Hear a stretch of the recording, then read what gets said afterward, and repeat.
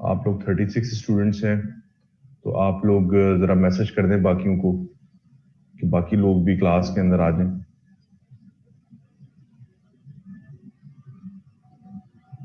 तो 2-4 मिनट में हम स्टार्ट करते हैं। एक टॉपिक आज हम सबसे पहले जो स्टार्ट करेंगे वो पाकिस्तान की इकोनॉमी है। जी, आज हमारी लास्ट क्लास है। आपकी 4 क्लासेस मेरे साथ हो चुकी हैं ना, तो अब 2 क्लासेस आज हैं, 3.5 घंटे का सेशन है। तो ये फिर हमारा सेशन एंड हो जाएगा। आप में से पता नहीं कोई स्टूडेंट्स कुछ कह रहे थे कि लास्ट क्लास में हमने कुछ पूछना है, पता नहीं क्या पूछना है। वो कह रहे थे कि मुझे याद नहीं है, तो मुझे याद करवा दीजिएगा। हाँ, ये please tell us how to prepare for compulsory subjects, like how many days to each subject, how many subjects per day, specially English, मेरी Quranic verses and current affairs preparation. ठीक है, मैं अभी हम जरा ये एसेस पढ़ लें। मुझे आप 15 से 20 मिनट पहले याद करवा दीजिएगा। मैं कोशिश करूंगा कि मैं क्लास को 15-20 मिनट पहले खत्म कर दूं, फिर आपकी जितनी जनरल क्यूरीज होंगी मैं उनको आंसर कर दूंगा। ठीक है, आपके जो एक्सपेक्टेड टॉपिक्स हैं उन पे भी हम बात कर लेंगे। तकरीबन मुझे आपने 12 बजे तक राउंड अबाउट आपने मुझे याद करवा देना है। हम इसको वाइंड अप कर लेंगे चीजों को। 2 एसेस पढ़ने हैं हमने, और फिर हम उसको जो है आगे हाफ एन आवर जो है वो उसके ऊपर मैं आपकी जनरली जो क्वेश्चंस होंगे आपके उसको मैं एड्रेस कर दूंगा। जो भी आपके एम्बिग्विटीज हैं, तैयारी के हवाले से आपकी कंसर्न्स हैं, वो उसको मैं आंसर कर दूंगा। ठीक है, ये जी कुछ वेटिंग रूम में स्टूडेंट्स हैं, इनको ऐड कर दें ताकि फिर मैं स्टार्ट करूं। इकोनॉमी का बहुत इंपॉर्टेंट टॉपिक है जी। इसमें आप सब लोग जरा क्लास को ज्वाइन कर लेंगे तो फिर मैं स्टार्ट कर देता हूँ, क्योंकि बाद में समझ नहीं आएगी बाद में ज्वाइन करने वालों को। 1-2 मिनट वेट करते हैं, फिर हम स्टार्ट करते हैं क्लास को।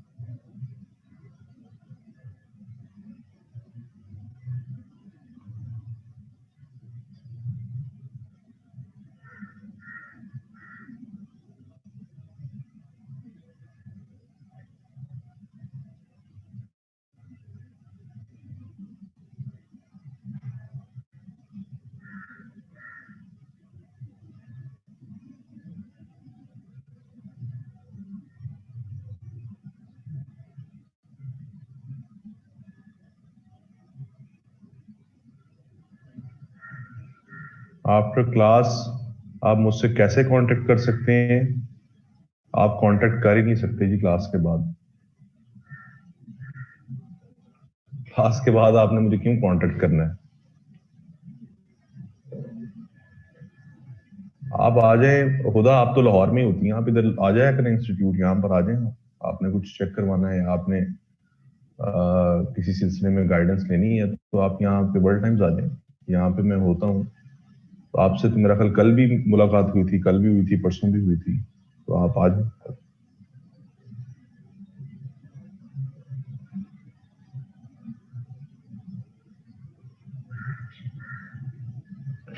अच्छा जी, स्टार्ट करते हैं आज का लेक्चर।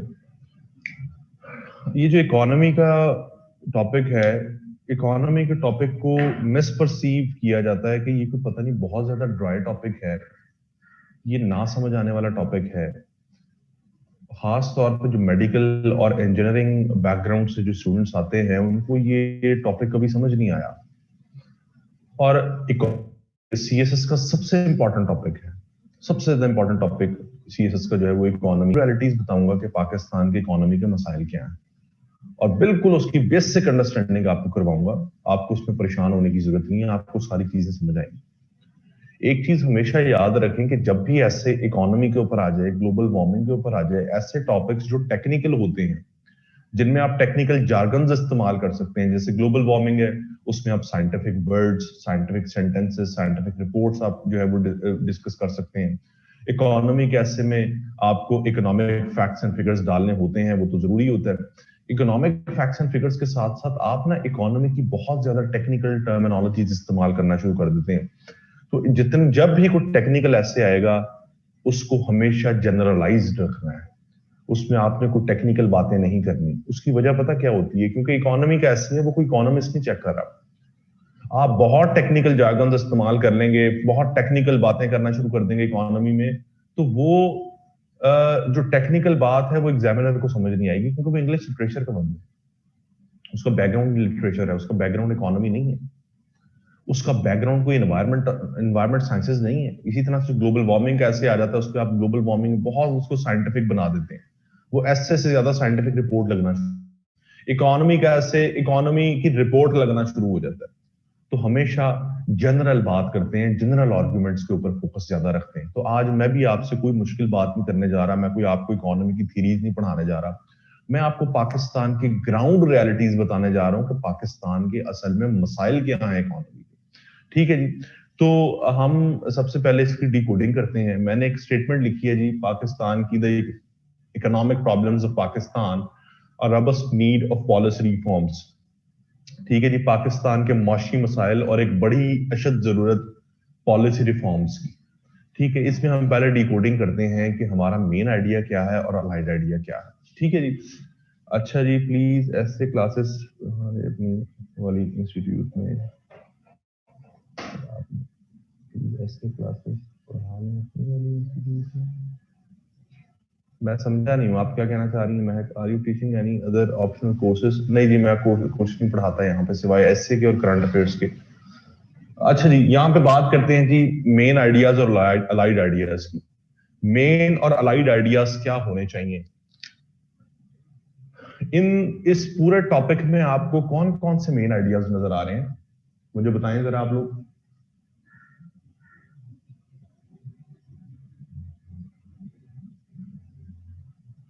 जी, इसमें आपको कौन कौन से मेन आइडियाज नजर आ?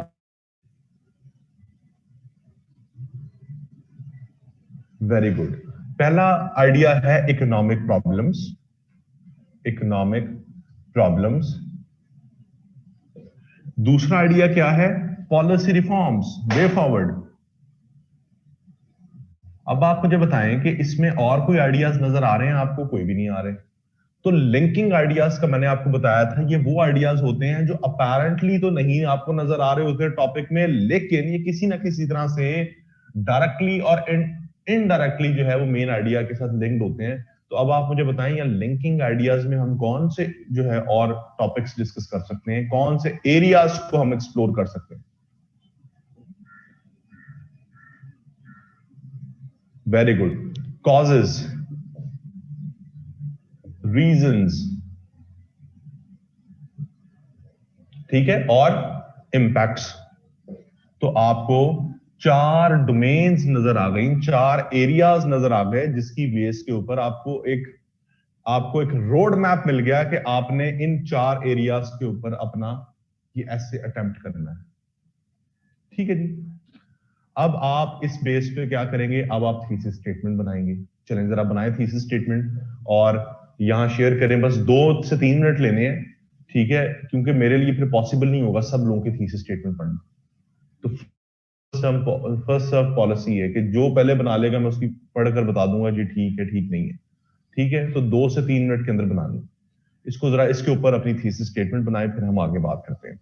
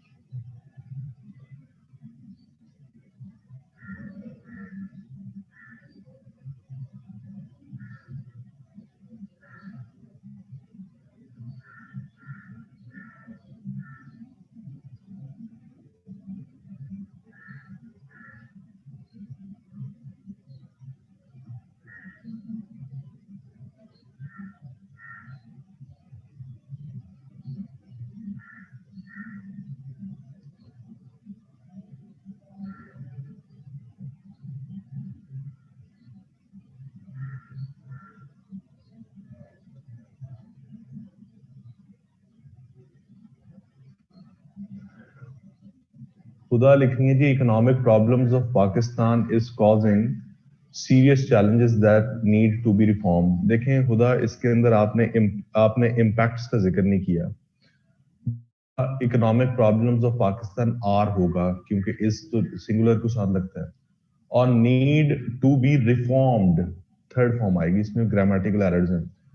Usman, economic issues of Pakistan are deep rooted and have grave impacts on overall life of the country. इसके आपने solutions की बात नहीं यहाँ पे की, ठीक है? The economic conundrums of the country have put it in a quagmire worthy of competent attention. There is a dire need of reformation in policy surrounding the issues of the economy. Good.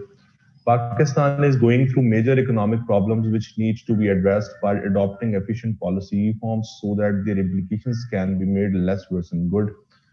Economy of Pakistan has been facing a plethora of problems since its making. However, problems are in consideration and experts are working on it, but still there is need to work on policy so that country may function, the country होगा, the country may function towards betterment. Good. ये लंबी है थोड़ी, इसको जरा compress करें. Pakistan is facing many economic problems due to multiple reasons. It is in dire need of an adaptive and robust policy to bring it out of the poor economic conditions. ठीक है. The causes of economic problems in Pakistan are multidimensional and its impacts are such, it's नहीं, there होगा. Their impacts are that there is a robust need of the policy reforms. ठीक है. Although the way to a robust economy is skewed with multifarious roadblocks, it can be conquered. Conquered ये कोई आपने किला तो फतह नहीं करना. Conquered तो होता है कि आप और जाकर फिजिकली अगर किसी को कॉन्कर कर लें, इस तरह के वर्ड्स इस्तेमाल नहीं करते. If Pakistan ups its game effectively and efficiently, good.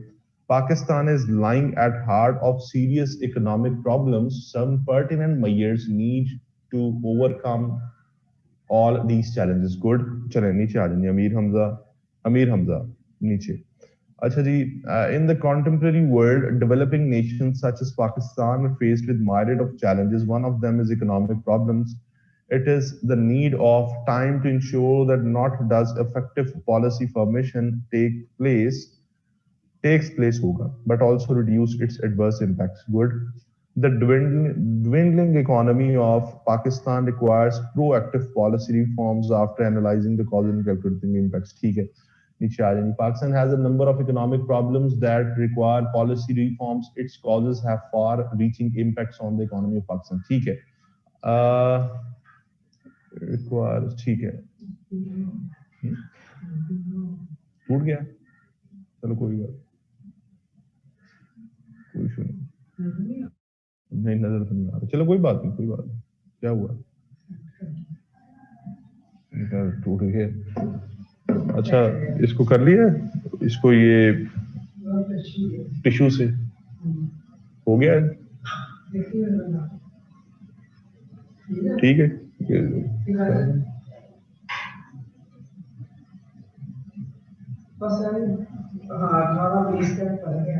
18-20 का भी तो फर्क तो होता ही है. नहीं ठीक है. Thank you. नहीं ठीक है. Thank you. हाँ ले आओ. हाँ अच्छा जी.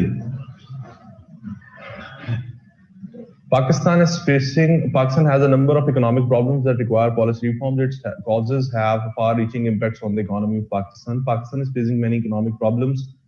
These issues have many adverse impacts.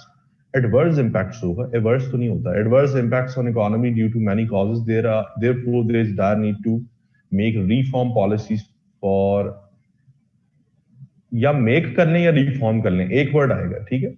Betterment of economy. Pakistan is trying to stabilize its roots, for which the most important thing is economy, but Pakistan is facing a lot of hurdles and has a great impacts on Pakistan. So far that a need of policy reform is required. ठीक है. Pakistan is currently going through the worst economic challenges, which needs की जगह नहीं need आएगा, need to be resolved with strong hands so that Pakistan could become the top 10 countries of the world. चलें नीचे आ रहे हैं. अब मैं सिर्फ 1 से 2 पढ़ सकता हूँ, हमारे पास टाइम कम है.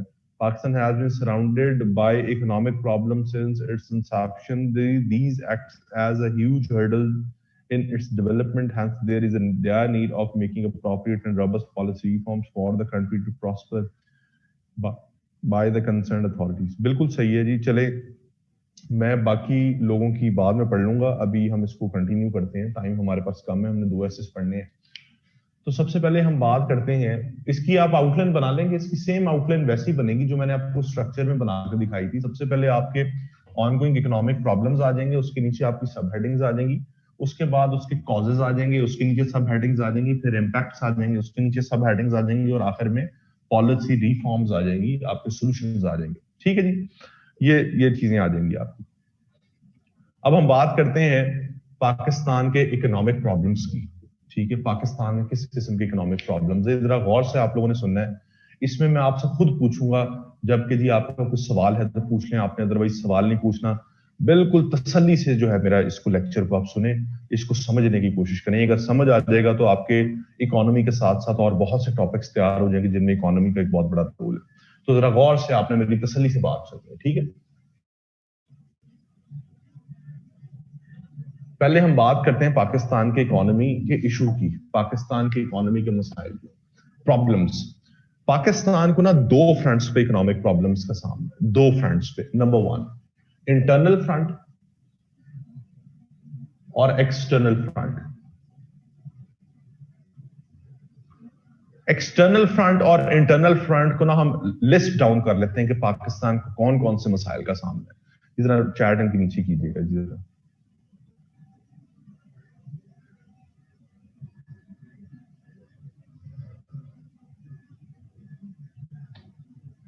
अच्छा जी, मरियम पूछ रही है जी इन टॉपिक्स के लिए हुक्स कहां से ढूंढे। देखिए मरियम, रोज अखबार पढ़ा करें, खास तौर पे जो इकोनॉमी है ना, इसमें रोज आर्टिकल्स आते हैं, रोज आर्टिकल। ये पाकिस्तान का सिर्फ सीएसएस के लिहाज से नहीं, ये वैसे भी पाकिस्तान की पूरी आप इंटरनल डायनामिक्स देखें तो इस टाइम सबसे बड़ा मसला पाकिस्तान का economy.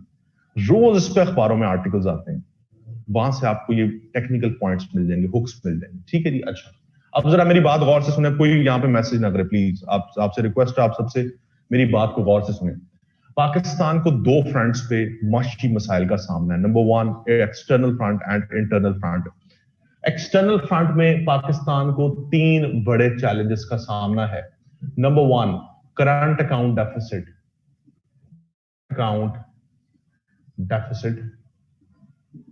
Number 2 depletion of foreign exchange reserves. Number 3 fiscal deficit. Fiscal deficit ना वैसे अंदरूनी मसला है पाकिस्तान का, लेकिन भी मैंने एक्सटर्नल लेवल पे क्यों लिखा है इसको मैं भी ये समझाऊंगा। जिस तरह से 3 पाकिस्तान के बड़े एक्सटर्नल फ्रंट पे पाकिस्तान को मसाइल का सामना है, इसी तरह से पाकिस्तान को इंटरनली अंदरूनी तौर पर भी कुछ मसाइल का सामना है। उसमें नंबर 1 है poor taxation mechanism.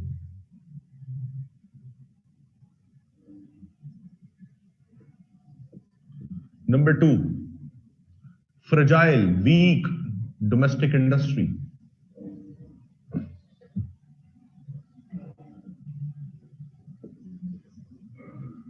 Loss incurring state-owned enterprises.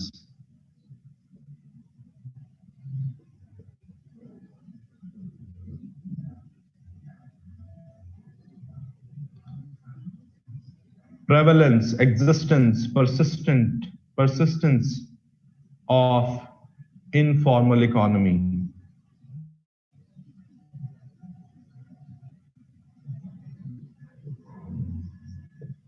Circular debt. ये जी पाकिस्तान को 3 और 5 8 बड़े मसाइल का सामना है। जहां पर भी आप खबरों में अखबारों में देखेंगे इन्हीं चीजों की बात हो रही होगी। ये ग्राउंड रियलिटीज में आपको बता रहा हूं, पाकिस्तान के माशी मसाइल की ग्राउंड रियलिटीज क्या है। ठीक है, एक एक करके डिस्कस करते हैं। सबसे पहले देखते हैं एक्सटर्नल चैलेंजेस में करंट अकाउंट डेफिसिट। ये करंट अकाउंट डेफिसिट क्या होता है? करंट अकाउंट डेफिसिट के मुख्तलिफ नाम हैं। इसको हम ट्रेड डेफिसिट भी कहते हैं, इसको ट्रेड बैलेंस डेफिसिट भी कहते हैं, इसको हम बैलेंस ऑफ पेमेंट क्राइसिस भी कहते हैं,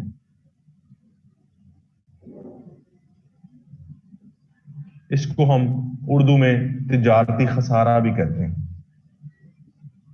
इसका कॉन्सेप्ट क्या है? इसका कॉन्सेप्ट यह है कि अगर एक मुल्क किसी दूसरे मुल्क से चीजें खरीद ज्यादा रहा है और उसको बेच कम रहा है, तो इसका मतलब वो ट्रेड डेफिसिट में है, वो तिजारती खसारे में है। खरीदना क्या होता है? किसी दूसरे मुल्क इंपोर्ट्स। बेचना क्या होता है? एक्सपोर्ट्स। अगर आप इंपोर्ट्स ज्यादा कर रहे हैं और एक्सपोर्ट्स कम कर रहे हैं तो उनका जो डिफरेंस है उसे हम कहते हैं ट्रेड डेफिसिट। अगर मैं 1000 रुपीज की चीज खरीदता हूं और 500 रुपीज की चीज बेचता हूं, तो मेरी जेब से 500 रुपया जा रहा है, तो मैं 500 रुपए के से 500 से ट्रेड डेफिसिट में हूं। ठीक है? Exports minus imports, imports minus exports, imports minus exports. आप खरीद ज्यादा रहे हैं, आप बेच कम रहे हैं। This is the concept of trade deficit. अब इसके पीछे वजूहात क्या हैं? पाकिस्तान खरीद क्यों ज्यादा रहा है, बेच कम क्यों रहा है दूसरे मुल्कों को? इसके 3 से 4 बहुत बड़ी वजूहात हैं, उस पर हम बात करते हैं। देखिए जी, सबसे पहले दुनिया में इंटरनेशनली जो पाकिस्तान चीजें बेचता है वो सिर्फ मेजर प्रोडक्ट्स पाकिस्तान के पास 4 से 5 हैं। पोल्ट्री की प्रोडक्ट्स हैं, लेदर है, कॉटन है, राइस है और एग्रीकल्चर प्रोडक्ट्स हैं। That's it. दूसरी जगह आप अगर चाइना को देखें, वो पूरी दुनिया में 50,000 चीजें बेच रहा है। एक मुल्क 5 चीजें बेच रहा है, एक 50,000 चीजें बेच रहा है। तो इंटरनेशनल कंज्यूमर, जो आपके कस्टमर्स हैं, वो किसके पास जाएंगे? इसकी मिसाल ऐसी है कि 2 ग्रोसरी स्टोर्स आमने सामने हैं। आप घर से एक लिस्ट बना के चले गए, जी मुझे अपने 1 महीने का ये राशन लेना है। आप एक शॉप पे जाते हैं, उस लिस्ट में से आपको वहां से सिर्फ 1 से 2 चीजें मिलती हैं। आप सामने ग्रोसरी स्टोर पे जाते हैं, उसके बिल्कुल ऑपोजिट जो ग्रोसरी स्टोर है, वहां पर आप पूरी लिस्ट लेके जाते हैं, तो आपको सारी की सारी चीजें मिल जाती हैं। तो आप अगली दफा किस ग्रोसरी स्टोर पे जाएंगे? वहां जो आपकी डिमांड को पूरी कर रहा है। तो हम इसी तरह से इंटरनेशनल ट्रेड के अंदर जब हम दुनिया को चीजें 2 4 5 बेच रहे हैं, तो दुनिया हमारे पास नहीं आएगी।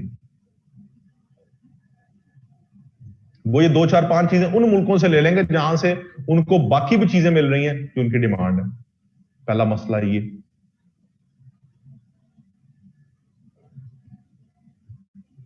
दूसरा मसला ये कि हम जो चीजें बेच रहे हैं दुनिया को, उसके ऑलरेडी दुनिया में एग्जिस्टिंग सप्लायर्स मौजूद हैं जो हमसे सस्ती और हमसे अच्छी क्वालिटी की चीज दुनिया को दे रहे हैं। तो वो दुनिया हमसे क्यों खरीदे? जो चीज हम दे रहे हैं वही चीज दूसरे ममालिक अच्छी क्वालिटी की और सस्ती दे रहे हैं।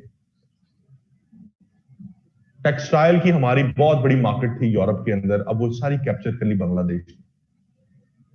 पूरे यूरोप में बांग्लादेश की जो है वो सारी बनी जो है वो प्रोडक्ट्स की जाती हैं। तीसरा मसला ये है कि Pakistan low value addition products बनाता है जिसमें इनोवेशन नहीं होती। हम हाई वैल्यू एडेड प्रोडक्ट्स की तरफ नहीं जाते। लो और हाई वैल्यू एडेड प्रोडक्ट्स क्या होती हैं? हम क्या बनाते हैं? कॉटन। कॉटन के अंदर आपको इनोवेशन लेके आ सकते हैं? कुछ डिजिटल कॉटन बना सकते हैं? नहीं बना सकते ना।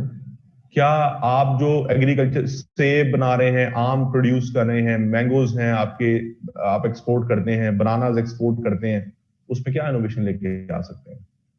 कॉटन में आप क्या इनोवेशन लेके आ सकते हैं? राइस में आप क्या इनोवेशन लेके आ सकते हैं? कुछ भी नहीं ला सकते। दूसरी जगह वो मुल्क देखें जो आज दुनिया को लीड कर रहे हैं इकोनॉमिकली, वो आए दिन एक नई से नई इनोवेशन लेके आ रहे हैं। रोबोटिक कार्स बन रही हैं, पानी पे चलने वाली गाड़ियां बनना शुरू हो गई हैं, नए से नए मोबाइल फोन्स आ रहे हैं। अब 5th जनरेशन में भी इंट्रोड्यूस करवा दिया आईफोन ने। ये है इनोवेशन, ये है हाई वैल्यू एडिशन प्रोडक्ट्स, जहां आप अपने आप को इनोवेट करते हैं और आप दुनिया में ऐसी चीज इंट्रोड्यूस करवा देते हैं जो दुनिया की मजबूरी बन जाती है वो चीज है। मैंने एक रिसर्च पढ़ी कि आईफोन जो प्रोड्यूस होता है, एप्पल कंपनी का जो फोन है आईफोन, अमेरिका के अंदर जो प्रोडक्शन कॉस्ट है इसकी, सॉरी प्रोडक्शन टाइम, एक iPhone with in an hour produce हो जाता है।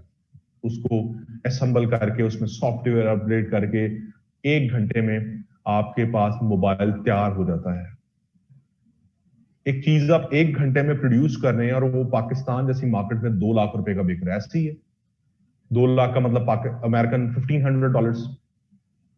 एक चीज अमेरिका में प्रोड्यूस होती है 1 घंटे में और वो अमेरिकन इकोनॉमी को $1,500 कमा के दे रही है। $1,500 आधे घंटे में प्रोड्यूस होके।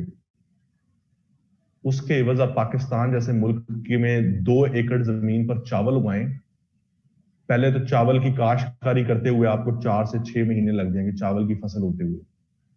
जब आप वो फसल काटेंगे, काश्तकारी करेंगे, उसके बाद चावल शैलर में जाएगा, उसकी पॉलिशिंग होगी, तो चावल जो तैयार होता है वो 8 महीने के बाद आपका मार्केट में जाता है बिकने।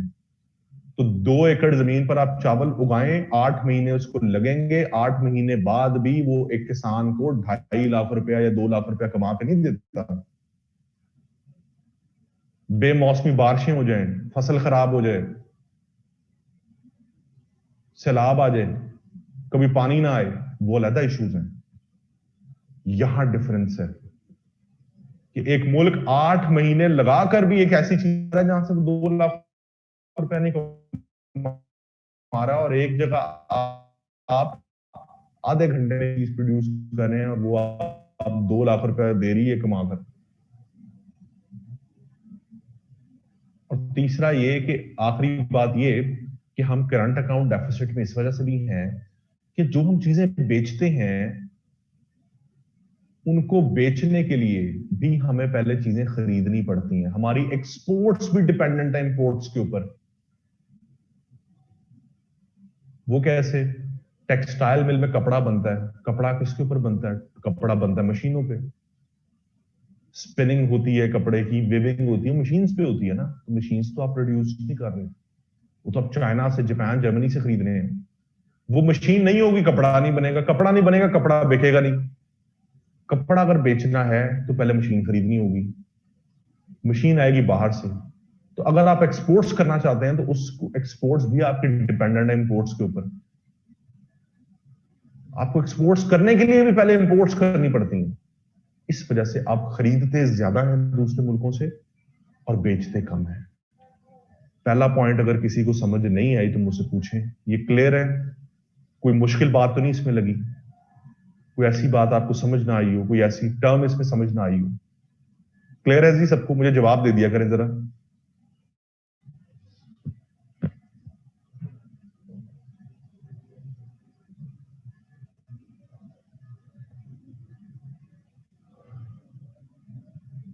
अच्छा, अब आगे चलते हैं। Depletion of foreign exchange reserves. ये जो इंटरनेशनल ट्रेड होती है ना, करंट अकाउंट डेफिसिट जिसको हम पढ़ रहे थे, एक्सपोर्ट और इंपोर्ट्स होती हैं। Why doesn't Pakistan make its own machines? Pakistan में इनोवेशन, रिसर्च एंड डेवलपमेंट ही नहीं है। हम अपनी मशीन्स क्यों नहीं बनाते? हम इसलिए नहीं बनाते क्योंकि हम रिसर्च एंड डेवलपमेंट की तरफ हमारा फोकस ही नहीं है। और रिसर्च एंड डेवलपमेंट कहां से आती है? पढ़े लिखे लोग रिसर्च और डेवलपमेंट करते हैं ना। तो पढ़े लिखे लोगों को फैसिलिटेट करते हैं एकेडेमिया इंडस्ट्री लिंकेजेस। आप सब लोग बैचलर्स आपने किया, उसी टाइम आपको इंडस्ट्रीज एकोमोडेट करें कि आप हमारे पास इंटर्नशिप्स करें, आप एक प्रैक्टिकल नॉलेज करें, आप हमारे इंडस्ट्री में आकर रिसर्च करें, इनोवेशन को लेके आए। बाहर के मुल्कों में आप जाए ना, वहां बड़े स्ट्रॉन्ग एकेडेमिया इंडस्ट्री लिंकेजेस हैं। आप बैचलर्स करते हैं, मास्टर्स करते हैं बाहर से, तो आपके ऊपर ऑब्लिगेशन है कि आपने अपनी बैचलर्स थीसिस या मास्टर थीसिस किसी कंपनी में करना है, आपकी फील्ड से रेलेवेंट जो कंपनी।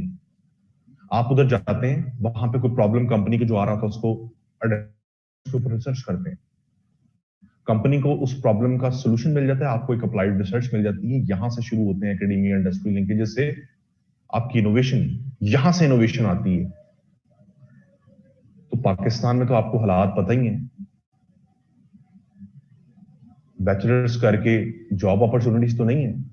इसी वजह से हम गवर्नमेंट एग्जाम्स की तरफ आते हैं, हम सब लोग इसी का हिस्सा हैं। हम सब लोग आज क्यों सीएसएस कर रहे हैं? हमारे पास जॉब अपॉर्चुनिटीज नहीं, हमारा इंडस्ट्रियल सेक्टर हमें सपोर्ट नहीं करता, एकेडमिया इंडस्ट्रियल लिंकेजेस ना होने की वजह से, इसी वजह से इनोवेशन नहीं आती। एक पढ़ा लिखा इंसान ही इनोवेशन लाता है ना, जब पढ़ा लिखा इंसान ही सीएसएस की तरफ आ जाएगा तो वो इनोवेशन तो नहीं ला सकता। ये मसाइल हैं जिसकी वजह से हम अपनी टेक्नोलॉजी क्यों नहीं बना पा रहे, हम लैक कर रहे हैं R&D में, इनोवेशन में। ठीक है जी, मैंने जी लो वैल्यू एडिशन प्रोडक्ट का, लो वैल्यू एडेड प्रोडक्ट्स, चलें जी अब जरा यहां पे खामोश हो जाएं और अब यहां पर आ जाएं जरा दूसरा पॉइंट पे, ये इसको सुने। Depletion of foreign exchange reserves, ये जो इंपोर्ट और एक्सपोर्ट होती है ना, ये पाकिस्तानी रुपीज में नहीं होती, ये डॉलर्स में होती है। आपने यहां से कोई चीज बाहर बेचनी है तो डॉलर्स आएंगे, आप कोई चीज बाहर से खरीदेंगे तो आपके मुल्क से डॉलर जाएंगे, रुपीज नहीं होते। इंटरनेशनली जब आप ट्रेडिंग करते हैं तो वो डॉलर एक करेंसी है, स्टैंडर्ड करेंसी, इसमें आपने ट्रेड करनी होती है। हर मुल्क की ना एक मॉनेटरी अथॉरिटी होती है, कोई ना कोई, हर मुल्क की मॉनेटरी अथॉरिटी होती है कोई ना कोई। पाकिस्तान की मॉनेटरी अथॉरिटी कौन सी है? State bank. ये जो मॉनेटरी अथॉरिटी होती है ना, इनके पास कुछ इंटरनेशनल करेंसी पड़ी होती है हर टाइम, उसे हम कहते हैं फॉरेन एक्सचेंज रिजर्व्स। जब एक मुल्क कोई चीज बेचता है, मुल्क में पैसा आता है, तो वो डायरेक्टली फॉरेन एक्सचेंज रिजर्व्स में जाता है, फॉरेन एक्सचेंज रिजर्व्स ऊपर आना शुरू हो जाते हैं। जब आप चीजें खरीदते हैं दूसरे मुल्क से तो पैसा कहां से जाता है? उन फॉरेन एक्सचेंज रिजर्व से जाता है, क्योंकि इंटरनेशनल करेंसी वो है ना, उसी को इस्तेमाल करना अपने ट्रेड पर्पस के लिए। तो अभी तो हमने देखा कि पाकिस्तान करंट अकाउंट डेफिसिट में है, ट्रेड डेफिसिट में है, हम खरीद ज्यादा रहे हैं, हम बेच कम रहे हैं। तो जब हम खरीद ज्यादा रहे हैं तो पैसा कहां से जा रहा है? फॉरेन एक्सचेंज रिजर्व से जा रहा है ना। तो ये हमारा दूसरा चैलेंज है, depletion of foreign exchange reserves. समझ आ गई बात की? यहां तक क्लियर? ये जो सुनिए है, ये फॉरेन एक्सचेंज रिजर्व्स होते हैं, यहां तक क्लियर है जी? ये जो फॉरेन एक्सचेंज रिजर्व्स डिप्लीट होना शुरू हो जाते हैं ना, नीचे जाना शुरू हो जाते हैं, फिर उस मुल्क को जरूरत होती है पैसे की। अगर वो खत्म हो जाएंगे तो आप इंपोर्ट नहीं कर सकते, कोई चीज खरीद नहीं सकते। तो जब ये फॉरेन एक्सचेंज रिजर्व्स नीचे जाना शुरू होते हैं, फिर वो मुल्क आईएमएफ के पास जाता है, दोस्त ममालिक के पास जाता है कि जी हमें कुछ पैसे दिए जाएं ताकि हम अपने फॉरेन एक्सचेंज रिजर्व्स में रखें और उसे इंपोर्ट एक्सपोर्ट कर सकें, या जो हमने किसी के कर्जे उतारने हैं वो भी डॉलर्स में उतारने हैं, वो हम उन फॉरेन एक्सचेंज रिजर्व से उतार सकें, हमें कुछ पैसे दिए जाएं। तो फिर आप आईएमएफ के पास जाते हैं, फिर आप दोस्त ममालिक के पास जाते हैं, चाइना के पास, सऊदी अरेबिया के पास, कि हमें कुछ पैसे दिए जाएं। फिर वो आपको पैसे देते हैं, आपके फॉरेन एक्सचेंज रिजर्व्स में पैसे भेजते हैं, आपके फॉरेन एक्सचेंज रिजर्व दोबारा से ऊपर आना शुरू हो जाते हैं। जब आपको कोई दोस्त ममालिक या आपको आईएमएफ लोन देता है तो आपको शॉर्ट टर्म रिलीफ तो मिल जाता है, लॉन्ग टर्म में आपके खर्चे बढ़ जाते हैं। लेट सपोज अगर एक शख्स, उसकी 10,000 सैलरी है, उसके अखराजात एक्सीड हो गए, 15,000 हो गए एक महीने के, बिजली का बिल ज्यादा आ गया, गैस का बिल ज्यादा आ गया, उसकी तनख्वाह तो 10,000 है, खर्चे उसके 15,000 हो गए हैं। अब ऊपर के जो 5,000 है कहीं से तो उसने पूरे करने हैं। वो किसी दोस्त के पास जाएगा कि जी मुझे कुछ पैसे दे दो ताकि मैं अपना गुजर बसर कर सकूं, तो मैं तुम्हें एक महीने बाद ये पैसे वापस कर दूंगा। अब उसका दोस्त उसको ऊपर के जो 5,000 है वो उसको दे देता है। शॉर्ट टर्म में तो उसको रिलीफ मिल गया अपने दोस्त से पैसे, लेकिन लॉन्ग टर्म में उसके खर्चे बढ़ गए, क्योंकि वो 5,000 उसने अपने दोस्त को वापस भी तो करना है। इसी तरह से जब आपके फॉरेन एक्सचेंज रिजर्व डिप्लीट हो रहे होते हैं, IMF दोस्त ममालिक के पास जाते हैं पैसे लेने, वो आपको पैसे दे देते हैं। तो शॉर्ट टर्म में तो आपको रिलीफ मिल जाता है, लॉन्ग टर्म में आपके खर्चे बढ़ जाते हैं क्योंकि आपने वो पैसा वापस करना है सूद समेत। तो जब एक मुल्क के अखराजात उसकी आमदन से बढ़ जाएं, उसकी रेवेन्यू से, उसकी इनकम से बढ़ जाएं, एक्सीड कर जाएं, that will be called fiscal deficit और budget deficit. Government expenditures minus revenue और इनकम। जब आपके अखराजात इनकम से एक्सीड कर दें, अखराजात 100 रुपया, इनकम 50 रुपये है, तो 50 रुपया आप डेफिसिट में है। जब एक गवर्नमेंट के अखराजात उसकी आमदन से बढ़ जाते हैं, उसको हम कहते हैं फिस्कल और बजट डेफिसिट।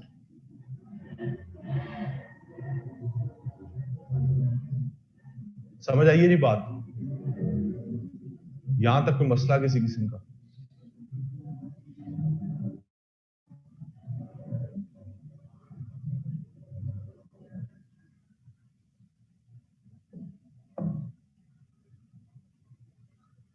अच्छा जी,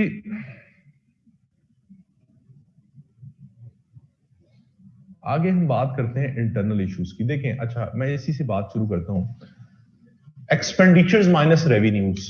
हमारे अखराजात जब बढ़ जाते हैं आमदन से, अखराजात क्यों बढ़ते हैं? उसमें एक फैक्टर होता है फॉरेन लोन्स का, क्या बाहर से जो लोन ले लें तब अखराजात बढ़ते हैं। आपसे सवाल मेरा यह है कि क्या लोन लेना बुरी बात है? लोन लेना तो बुरी बात नहीं है। लोन लेकर गलत एवेन्यूज में लगाना बुरी बात है। अगर मुझे आज पैसों की जरूरत है, मैं बैंक जाता हूं और बैंक से मैं लोन जो है ना वो ले लेता हूं, बैंक मुझे लोन दे देता है। अब मेरे पास दो ऑप्शंस हैं। पहला ऑप्शन ये है कि मैं वो लोन बैंक से लेकर कोई कारोबार शुरू करूं, उस कारोबार से मैं अपने आप को भी स्टेबल कर लूं और वो लोन भी वापस कर दूं। दूसरा ऑप्शन ये है कि मैं उस लोन लेकर एक घर बनाऊं, उसमें रहना शुरू कर दूं। अब जब मैंने घर बना लिया तो अब उसमें रहना शुरू कर दिया, मैं पैसे कहां से दूंगा बैंक के? मैं उसी पैसे को कारोबार में लगा देता हूं तो उससे मैं रेवेन्यू जनरेट करूंगा, उससे मैं खुद भी स्टेबल हो जाऊंगा, पैसा भी दे दूंगा वापस। लेकिन अगर वही लोन लेकर मैं घर बना लेता हूं, उसमें रहना शुरू कर देता हूं, तो मैं पैसे कैसे बैंक पे करूंगा? तो मैंने क्या किया, मैंने घर बनाकर एक गलत जगह पैसे इन्वेस्ट कर दिए। अब मैं पैसे वापस नहीं कर सकता। यही पाकिस्तान का मसला है कि हम जो लोन लेते हैं उसको गलत प्रोजेक्ट्स में जो है वो इन्वेस्ट कर देते हैं। और दूसरा मसला, हमारे एक्सपेंडिचर्स ज्यादा इस वजह से भी हैं क्योंकि हमारी आमदन जहां से आनी चाहिए, जो हमारे सोर्स ऑफ इनकम है, वहां से तो आमदन आ ही नहीं रही। इसी वजह से हम फिस्कल डेफिसिट में फंसे हुए हैं। हमारे सोर्स ऑफ रेवेन्यूज क्या है? टैक्सेशन। अभी टैक्स के क्या हालात हैं वो भी बात करते हैं। दूसरा सोर्स ऑफ रेवेन्यू एक मुल्क का क्या होता है? उसकी डोमेस्टिक इंडस्ट्री, उसके भी हालात अभी डिस्कस करते हैं कि क्या है। तीसरा मुल्क का सोर्स क्या होता है? State owned enterprises, public sector enterprises, PIA, वापडा, रेलवे, स्टील मिल, जिनको गवर्नमेंट ओन कर रही होती है, वहां से गवर्नमेंट पैसा कमाती है, उनके भी क्या हालात है वो भी डिस्कस कर लेते हैं। ये तीनों सोर्स ऑफ रेवेन्यू जहां से गवर्नमेंट को पैसा कमाना चाहिए वहां मुल्क कमा रहा, जिसकी वजह से हम फिस्कल डेफिसिट में हैं। तो हम अपना मुल्क चला कैसे रहे हैं? हम एक पार्टी से पैसे पकड़ते हैं, जब उनकी बारी आती है पैसे देने की, हम दूसरे से पकड़ के उनको पैसे दे देते हैं। जब दूसरे की बारी आती है, तीसरे से पकड़ के दूसरे को दे देते हैं। तो हम वो एक डेट बेस्ड इकोनॉमी चला रहे हैं और हम उस विशियस डेट साइकिल में फंसे हुए हैं। क्यों? क्योंकि हम कोई स्ट्रक्चरल इकोनॉमिक रिफॉर्म्स नहीं लेके आ रहे। हम अपनी डोमेस्टिक इकोनॉमी को, सोर्स ऑफ रेवेन्यूज को बेहतर नहीं कर रहे, जहां से रेवेन्यूज आना चाहिए, जहां से इनकम आनी चाहिए। इनकम के तीन बड़े सोर्स हैं: टैक्सेशन, डोमेस्टिक इंडस्ट्री और आपके जो ये है स्टेट ओन्ड एंटरप्राइजेस है। इनके क्या हालात है, इनको डिस्कस करते हैं। एक्सटर्नल लेवल पर जो इश्यूज हैं जो डिस्कस किए, इसमें किसी किस्म का क्वेश्चन है तो पूछें।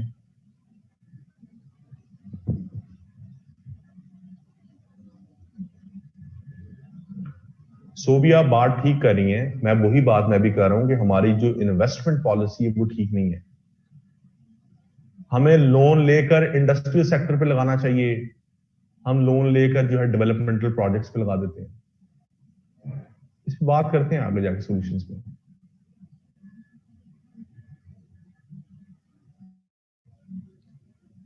यहां तक कोई मसला है जी, पूछें, किसी किस्म का इशू है तो किसी क्लियर है, समझ आ रही है यहां तक, मुश्किल बात तो नहीं लग रही। Depletion of foreign exchange reserves का मैंने आपको बताया कि हर मुल्क की एक मॉनेटरी अथॉरिटी होती है, जैसे हमारे पास स्टेट बैंक है, ठीक है। स्टेट बैंक के पास कोई इंटरनेशनल करेंसी पड़ी होती है, डॉलर्स पड़े होते हैं, यूरोस पड़े होते हैं, पाउंड्स। एक मुल्क जब खरीदो फरोख्त करता है इंटरनेशनल लेवल पर, जब आप बेचते हैं कोई चीज मुल्क में और मुल्क में पैसा आता है, तो वो पैसा फॉरेन एक्सचेंज रिजर्व्स में आता है, वो स्टेट बैंक के पास आता है इंटरनेशनल करेंसी। जब आप एक चीज दूसरे मुल्क से खरीदते हैं तो पैसा कहां से जाता है? स्टेट बैंक से जाता है। तो हमने कहा कि करंट अकाउंट डेफिसिट में है, हम ट्रेड डेफिसिट में, हम खरीद ज्यादा रहे हैं, बेच कम रहे हैं। तो जब हम खरीद ज्यादा रहे हैं तो पैसा कहां से जा रहा है? फॉरेन एक्सचेंज रिजर्व से नहीं जा रहा, वो डिप्लीट हो रहे हैं। ठीक है जी। Isn't depletion of foreign exchange reserve related to current account deficit? बिल्कुल सही है। अगर हम करंट अकाउंट डेफिसिट को खत्म करके करंट अकाउंट सरप्लस में जाना शुरू हो जाए, हमारे इंपोर्ट्स कम हो जाए, एक्सपोर्ट्स ज्यादा हो जाए, तो क्या होगा? आपके मुल्क में पैसा आना शुरू हो जाएगा, फॉरेन रिजर्व्स आना शुरू हो जाएंगे, फॉरेन रिजर्व्स ऊपर जाना शुरू हो जाएंगे। फॉरेन रिजर्व्स ऊपर जाना शुरू हो जाएंगे तो आपको लोन लेने की किसी से जरूरत नहीं होगी। जो एग्जिस्टिंग लोन्स हैं, आप उन्हीं फॉरेन एक्सचेंज रिजर्व्स में से वो एग्जिस्टिंग लोन भी पे करना शुरू कर देंगे, आपके फिस्कल डेफिसिट भी नीचे आना शुरू हो जाएगी। इंटरलिंक्ड है सारी चीजें, सारी चीजें इंटरलिंक्ड है।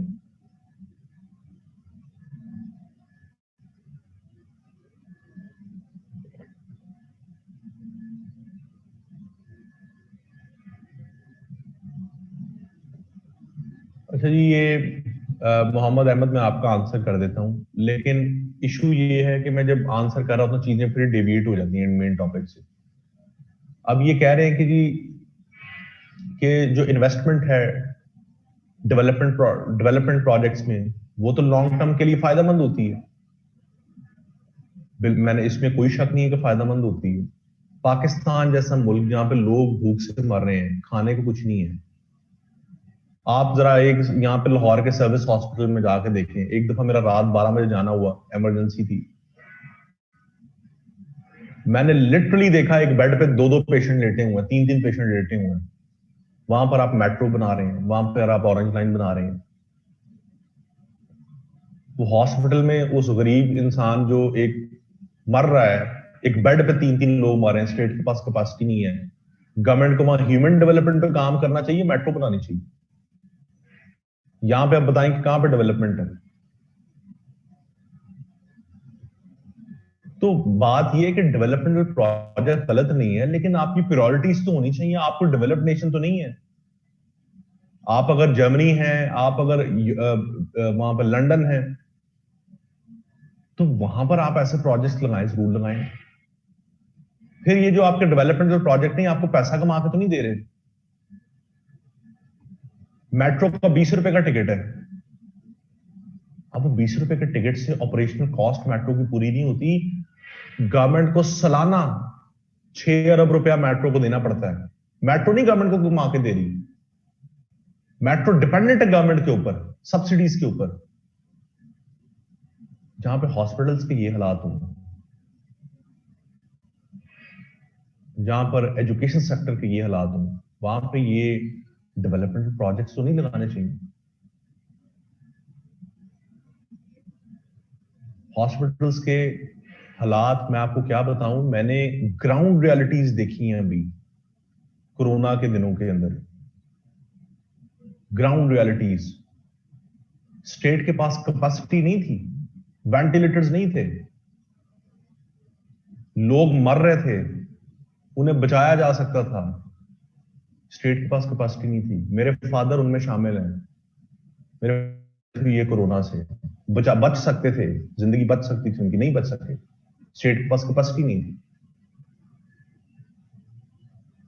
यहाँ पे मेट्रो काम आएगी, डेवलपमेंट प्रोजेक्ट्स काम आएंगे, ये ह्यूमन डेवलपमेंट के प्रोजेक्ट्स काम आएंगे। मैं आपको वो हालात नहीं बता सकता कि एक इंसान कितना बेबस था उस टाइम पे कि जो अपनों को बचा ही नहीं सका। मैं आपको अपनी क्या बात बताऊं कि सारे रिसोर्सेज होते हुए अपने वालिद साहब को नहीं मैं बचा सका। स्टेट के पास कैपेसिटी नहीं थी। तो क्यों कैपेसिटी नहीं थी? आपने कभी पैसे नहीं लगाया हॉस्पिटल्स में।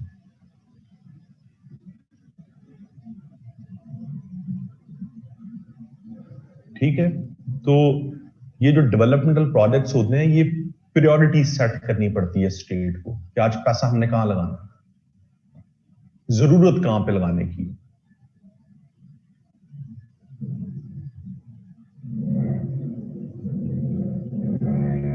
अच्छा जी, चले आगे बात करते हैं। कहां पे थे हम? अच्छा, इंटरनल इश्यूज की। इंटरनल इश्यूज में poor taxation mechanism, poor taxation system.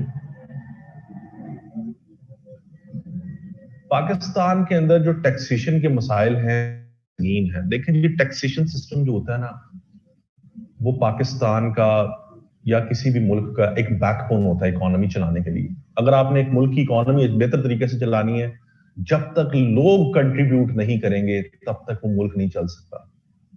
Pakistan की 22 करोड़ आबादी में से सिर्फ 21 लाख लोग टैक्स देते हैं। 22 करोड़ की आबादी, 21 लाख लोग टैक्स देते हैं।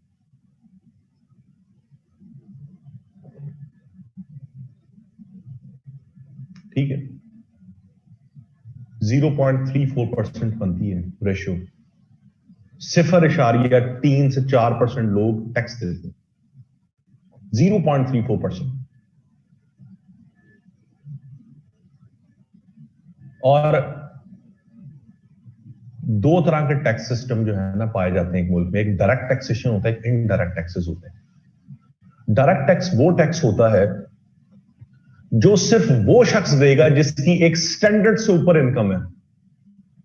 हुकूमत पाकिस्तान एक स्टैंडर्ड रखा है कि आप अगर एक साल का 6 लाख रुपया कमाते हैं, मसलन महाना 50,000, तो आप पे कोई टैक्स नहीं है। अगर आप 50,000 से 1 रुपया भी ऊपर कमाएंगे, 6 लाख 1 रुपया कमाते हैं, तो आप पे टैक्स लगना शुरू हो जाएगा। This is called direct taxation, जो आपकी इनकम के ऊपर टैक्स लगता है। आप लोग 53 लोग क्लास में बैठे हैं। लेट सपोज आप में से 10 ऐसे लोग हैं जिनकी एक स्टैंडर्ड से ऊपर इनकम है सालाना, आप पर टैक्स लागू होता है, बाकी 43 पे नहीं होता। बाकी 43 की जो है वो इनकम कम है और वो जो है उनके ऊपर टैक्स लागू नहीं होता। तो गवर्नमेंट उन 10 लोगों पे लगाएगी क्योंकि वो साहिब हैसियत हैं, उनकी एक खास स्टैंडर्ड से ऊपर इनकम है। जब वो 10 लोग टैक्स नहीं ना देते पाकिस्तान में, जब वो 10 लोग टैक्स नहीं देते, तो गवर्नमेंट ने कहीं से तो पैसा कमाना है। तो गवर्नमेंट फिर कहती है कि अब आप 53 के 53 लोग टैक्स दो। This is called indirect taxation.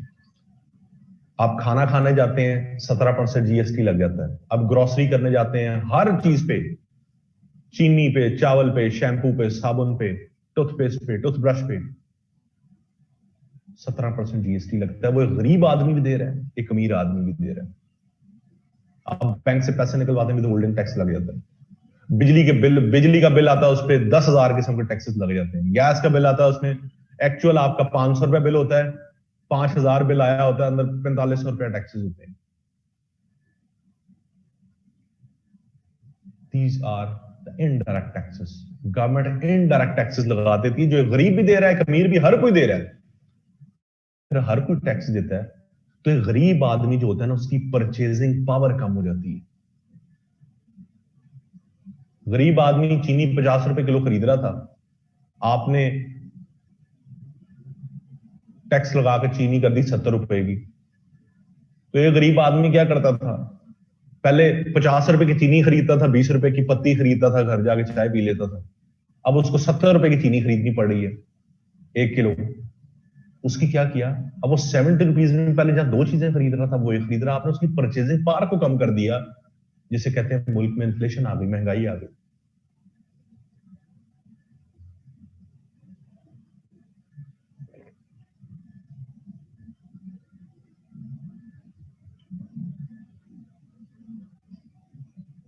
ये क्यों होता है? गवर्नमेंट डायरेक्ट टैक्स इकट्ठा करने में क्यों नाकाम होती है? क्योंकि गवर्नमेंट के पास कोई स्टेट अपरेटस नहीं है। एक अदारा है फेडरल बोर्ड ऑफ रेवेन्यू, जो पूरे पाकिस्तान से टैक्स इकट्ठा कर रहा है, और एक सेंट्रलाइज्ड अदारा है। इसकी निचले लेवल तक कोई डिसेंट्रलाइज्ड मैकेनिज्म नहीं है कि इसका डिस्ट्रिक्ट, तहसील, काउंसिल लेवल के ऊपर इनका कोई स्टेट मैकेनिज्म हो, कोई ब्रांचेस हो जहां पे इनका कोई ब्यूरोक्रेटिक निजाम, कोई ऑर्गेनाइजेशनल स्ट्रक्चर पाया जाए जो निचले लेवल से लोगों से टैक्स इकट्ठा कर सके। है ही नहीं कुछ। सेंट्रलाइज्ड अदारा है, 22 करोड़ आबादी से टैक्स, इसी वजह से टैक्स इकट्ठा नहीं हो रहा।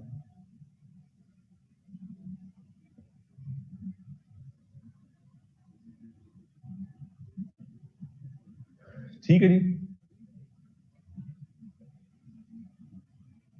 यहां पे कोई मसला मसाइल?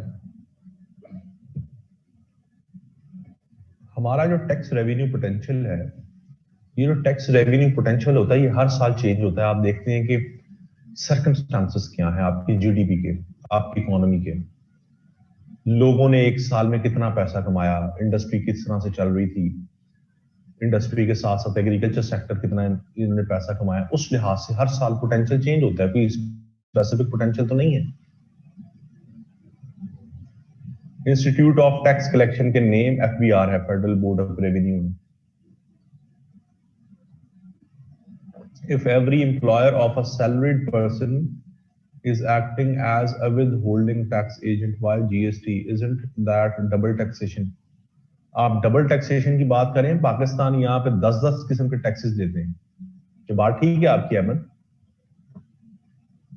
पाकिस्तान के लोग डबल डबल टैक्स देते हैं, लेकिन आप तो सैलरीड क्लास की बात कर रहे हैं, मैं तो बड़े बड़े बिजनेसेस की बात कर रहा हूं। जो एक आम आदमी है, एक जो सरकारी मुलाजिम है, उसकी जो है तो वो टैक्स कट के आती है। मसलन आप एक डॉक्टर हैं, तो अगर आप इस टाइम पे मेडिकल ऑफिसर हैं 17 स्केल पे, तो आपकी लाख रुपया सैलरी है, इतनी है ना डॉक्टर्स की, तो लाख रुपए के ऊपर तो टैक्स पड़ेगा। 5-6-7 हजार आपका टैक्स कट के आपको सैलरी मिलती है, वो तो आपने काट ली। लेकिन what about the big wigs, जो बड़े बड़े कारोबार हैं, करोड़ों रुपया कमाते हैं, टैक्स 5,000 10,000 देते हैं।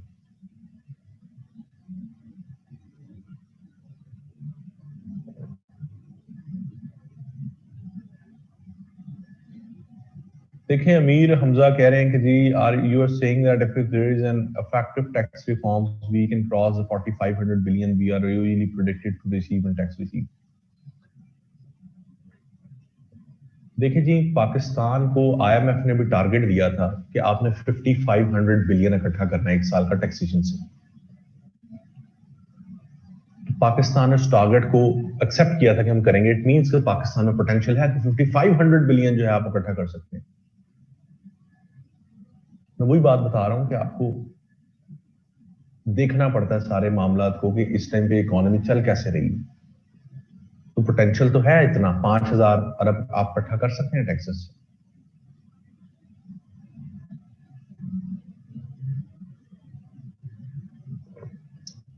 बिग फिशेस को भी देती है।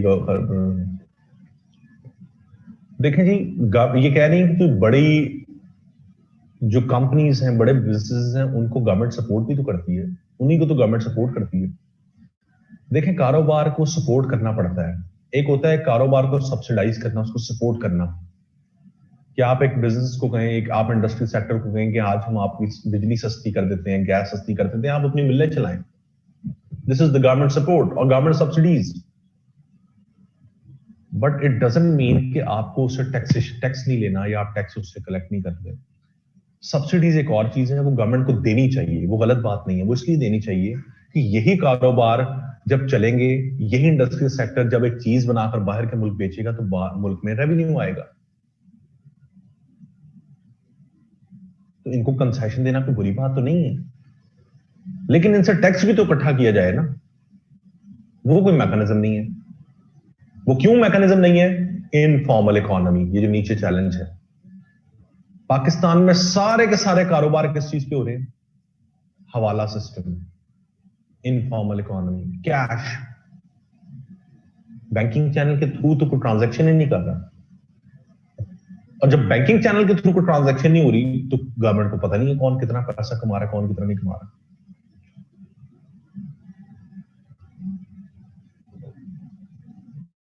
ठीक है, चले अब जी मेन इस पे आते हैं कि डेविड हम इधर उधर हो जाते हैं। असल में मुझे जवाब देने में कोई हर्ज नहीं है, ये मेरा बड़ा फेवरेट टॉपिक है इकोनॉमी, इस पर जितनी मर्जी आप बात कर लें। मुझे खुद भी अच्छा लगता है इन चीजों को डिस्कस करना, लेकिन मसला ये है कि यहाँ पे डाइवर्सिटी ऑफ स्टूडेंट्स है।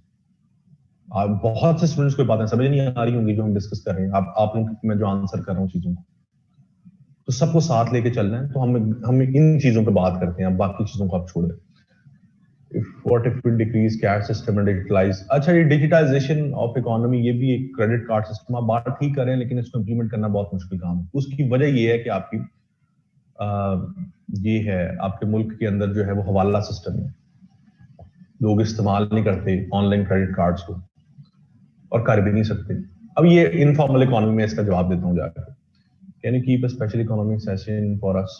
ये आपकी एडमिनिस्ट्रेशन ही बता सकती है, मैं तो इसको नहीं बता सकता कि इकोनॉमी का सेशन अगर आप रखना चाहेंगे तो रख लें, कोई मसला नहीं।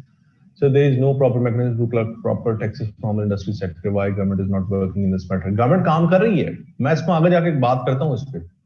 गवर्नमेंट काम कर रही है टैक्स कलेक्शन में, हम एज अ सोसाइटी गवर्नमेंट को फैसिलिटेट नहीं कर रहे।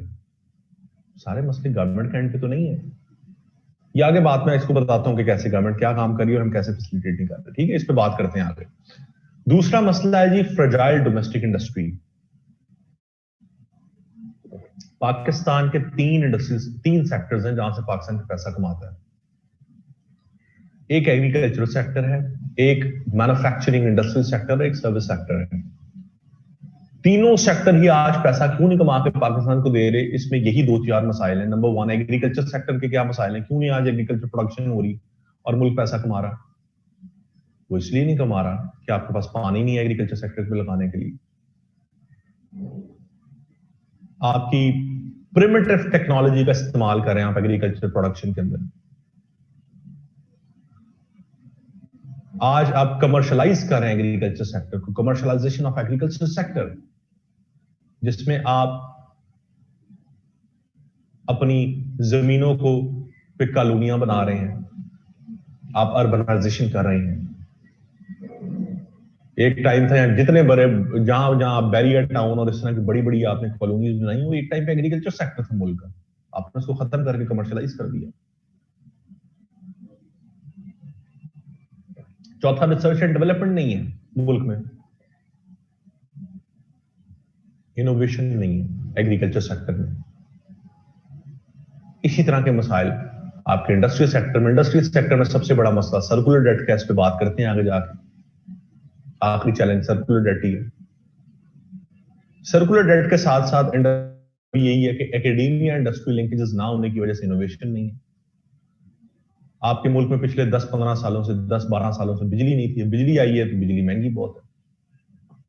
आप एक महंगी चीज बनाकर दुनिया को बेच रहे हैं, दुनिया इसलिए खरीद नहीं रही। आपके कंपैटिटर्स आपको वही चीज सस्ती बनाकर बेच रहे हैं, बल्कि उससे बेहतर चीज सस्ती बनाकर बेच रहे हैं। सर्विसेज सेक्टर में भी ऐसी है। आपके पास कोई डिजिटल इंफ्रास्ट्रक्चर मौजूद नहीं है। आज Google, Amazon, eBay, Facebook, YouTube,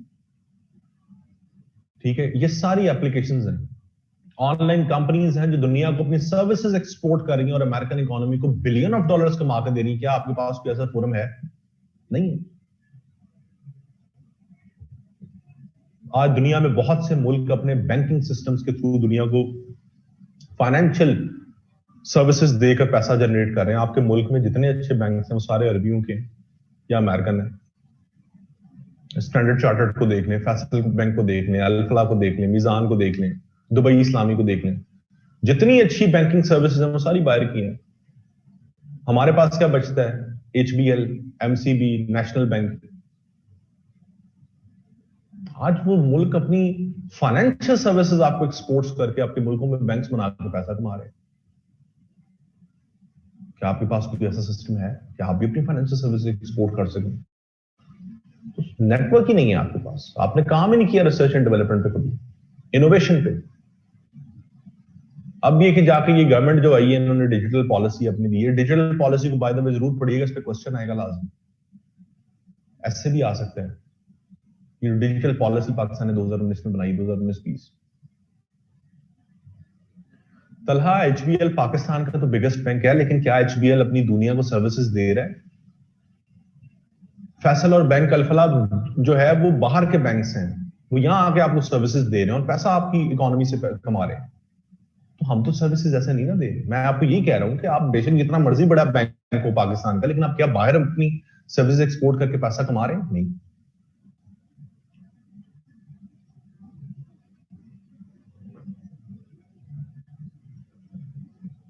तीसरा मसला स्टेट ओन्ड इंटरप्राइजेस का, पब्लिक सेक्टर इंटरप्राइजेस।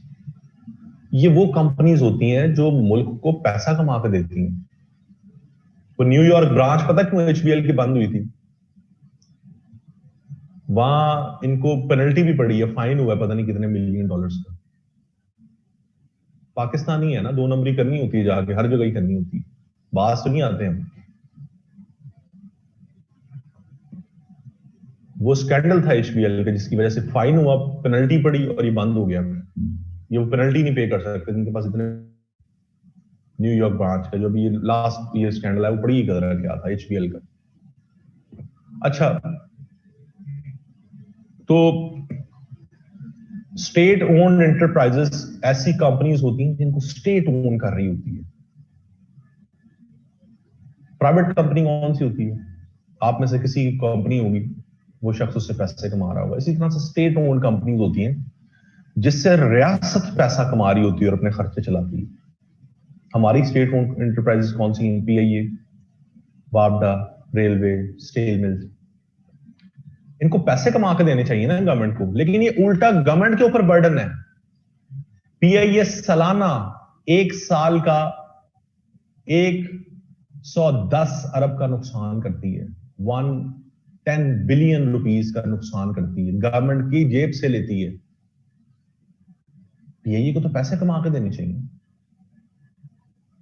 उल्टा PIA डिपेंडेंट है गवर्नमेंट के ऊपर।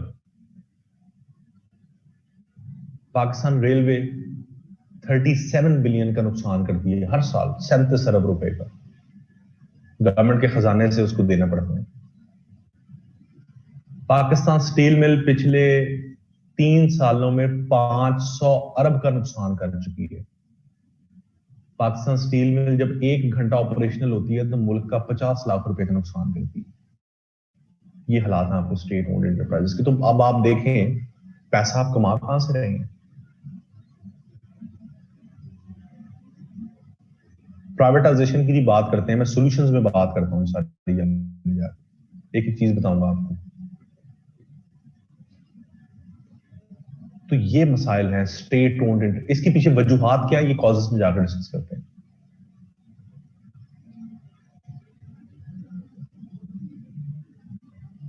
स्टेट ओन्ड एंटरप्राइजेस, मैंने आपको बताया कि ऐसी कंपनीज होती हैं जिनको स्टेट ओन कर रही होती है, स्टेट उससे पैसा कमाती है। लेकिन हमारी स्टेट ओन एंटरप्राइजेस ये गवर्नमेंट से पैसा कमा रही हैं।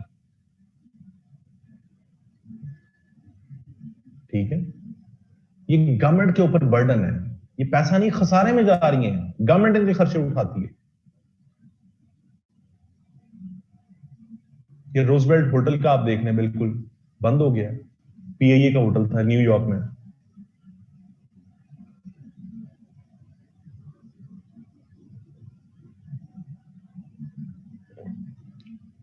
और ये न्यूयॉर्क के सबसे महंगे एरिया में था, मैनहट्टन में, सबसे महंगे एरिया में था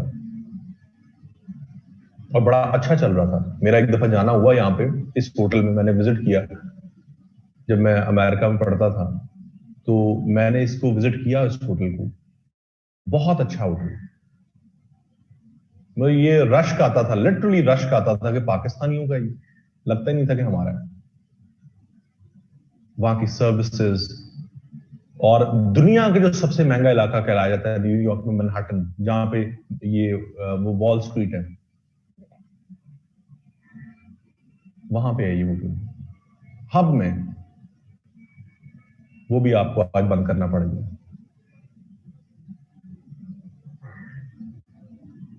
तो इन चीजों पे अफसोस ही किया जा सकता है, एंड पे अफसोस ही रह जाता है।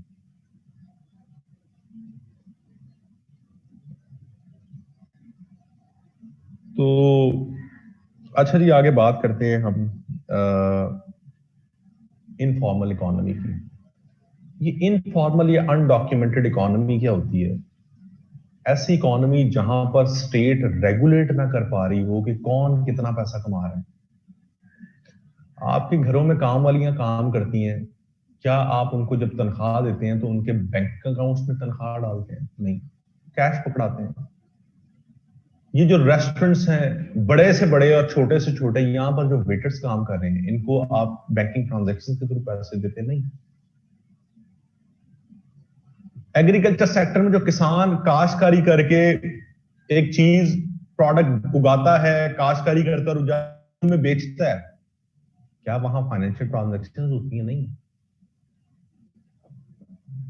बाहर जो वेंडर्स बैठे हुए हैं, जहां से आप बर्गर शवारमा पॉइंट्स जो हैं छोटे छोटे बने हुए हैं, स्टॉल्स लोगों ने लगाए हुए हैं, क्या आप उनको बैंकिंग ट्रांजैक्शन के थ्रू पे करके कोई 100 रुपए का बर्गर खरीदते हैं? नहीं।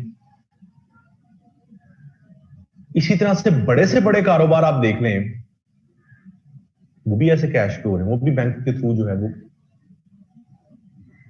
काम नहीं करते। लेट्स सपोज मेरा लाहौर में कोई बिजनेस है, मैं लाहौर में चीजें सब, मेरा ग्रोसरी स्टोर है लेट्स सपोज लाहौर में, और मैं यहां पर लोगों को अपनी ग्रोसरी जो चीजें बेचता हूं, मुझे भी तो कोई स्टॉक मैं कहीं से खरीदता हूं ना, मैं कराची से स्टॉक खरीदता हूं, मेरा एक सप्लायर कराची में, मैं फोन करूंगा अपने सप्लायर का कि यार मुझे 2 लाख का स्टॉक भेज दो, वो भेज देगा। अब मैं उसको बैंक के थ्रू लाहौर से कराची पैसे नहीं पहुंचाऊंगा, मैं कराची अपने दोस्त को फोन करूंगा कि यार इसको तुम 2 लाख रुपए दे दो कैश। दिस इज कॉल्ड हवाला सिस्टम। और वो जो दोस्त जिसको मैंने फोन करके कहा कि इसको पैसे दे दो, ही विल बी कॉल्ड हवलदार, जो ब्रिज का काम कर रहा है मेरे और मेरे सप्लायर के दरमियान। तो क्या हुआ, सप्लायर ने मुझे चीज बेच दी, मुझसे प्रॉफिट भी कमा लिया, उसको पैसे भी पहुंच गए, लेकिन गवर्नमेंट को नहीं पता चला कि पैसे गए कहां। ट्रांजैक्शन भी हुई, गवर्नमेंट को पता भी नहीं चला। This is called informal economy. Pakistan के अंदर सारे के सारे कारोबार बड़े से छोटे लेवल तक वो इसी तरह से कैश पे हो रहे हैं, बैंकिंग ट्रांजैक्शंस के थ्रू हो ही नहीं रहे पैसे काम। और जब ये ऐसे काम हो रहे हैं, तो ये जो बड़े बड़े बिजनेसेस हैं जो कैश पे काम कर रहे हैं, वो बैंक्स में तो पैसा नहीं रखवाएंगे। अपने बैंक अकाउंट्स उनके, उन्होंने जो इतनी दौलत इकट्ठी कर ली है, वो क्या करेंगे उससे? अगर वो बैंक में रखवा देंगे तो एफबीआर उनको पकड़ लेगा आके कि जी इतना पैसा आपके पास कहां से आया, और बैंक में रखा हुआ तो टैक्स दें। तो फिर वो लोग पता क्या करते हैं, वो घरों में नहीं पैसे छुपाते, वो लोग बाहर के मुल्कों में पैसा इन्वेस्ट कर देते हैं, उन मुल्कों में जहां पर उनसे कोई पूछ ना सके कि ये पैसा कहां से आया, इसके ऊपर टैक्स दें। वो जो पैसा उन्होंने इकट्ठा किया होता है सारा इनफॉर्मल इकोनॉमी से, वो यहां से दूसरे मुल्क भेजना शुरू कर देते हैं, and that is called money laundering. उन मुल्कों में जहां पर कोई उनसे पूछता नहीं है कि ये पैसा आया कहां से, उन मुल्कों में जाके इन्वेस्ट करना शुरू कर देते हैं, कंपनीज खोल लेते हैं, वहां इन्वेस्टमेंट शुरू कर देते हैं। आपके मुल्क से आपका पैसा बाहर जाना शुरू हो जाता है, आपके मुल्क में पैसे का शॉर्टफॉल आ जाता है।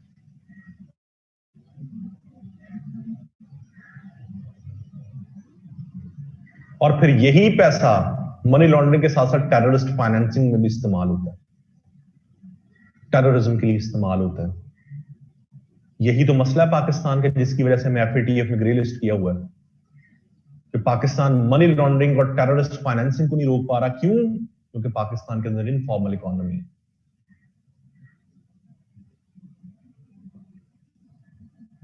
How do they take it out, ये कैसे बाहर लेके जाते हैं? ये बाहर लेके जाते हैं जैसे अयान अली पकड़ी गई थी, ठीक है, करोड़ों रुपया पॉकेट्स में डालकर, बैग्स में डालकर, शिप्स के थ्रू, कार्गोस के थ्रू।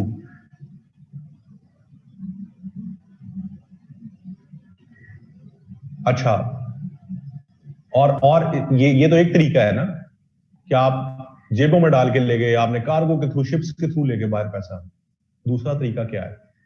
लेट्स सपोज मैंने यहां से मनी लॉन्ड्रिंग करनी है, मैंने 2 नंबरी से पैसा कमा लिया पाकिस्तान में अच्छा खासा, अब मैंने इसको दुबई में इन्वेस्ट करना है। मुझे पता है कि एक मेरा बहुत अमीर दोस्त बैठा हुआ है दुबई में, वो वहां पे बिजनेसमैन है। मैं उसे कहता हूं कि यार तुम ऐसा करो, मैंने दुबई में कंपनी खोली है, मैं दुबई आ रहा हूं, तो मुझे तुम वहां पे 2 करोड़ दे दो, मैं उस कंपनी में इन्वेस्ट करना चाहता हूं। मैं तुम्हारे किसी रिश्तेदार को पाकिस्तान में 2 करोड़ दे देता हूं यहाँ पे। आपने क्या किया? आपने उसके किसी रिश्तेदार को, किसी बहन भाई को, किसी को कैश यहाँ पे 2 करोड़ या 1 करोड़ दे दिया, आपके पास तो था, आप बाहर नहीं लेके जा सकते थे। आपने उसको कंपनसेट कर दिया पाकिस्तान में, उसने आपको कंपनसेट कर दिया दुबई में। तो इस तरह होती है मनी लॉन्ड्रिंग, ठीक है। स्मगलिंग ये कब होती है? जब गवर्नमेंट की को पता नहीं चल रहा होता कि कौन कितना पैसा कमा रहा है।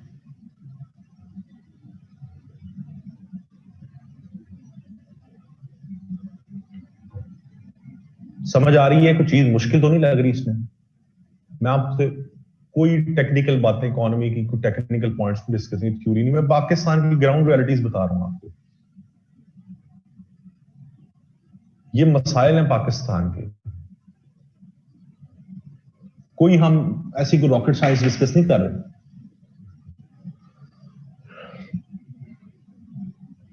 तो ये मसला है पाकिस्तान की इनफॉर्मल इकोनॉमी का। आखिरी पाकिस्तान का जो इशू है ये है सर्कुलर डेट। इसको समझना बहुत जरूरी है, बहुत जरूरी है इसको समझना। नाम सुना है आपने सर्कुलर डेट का?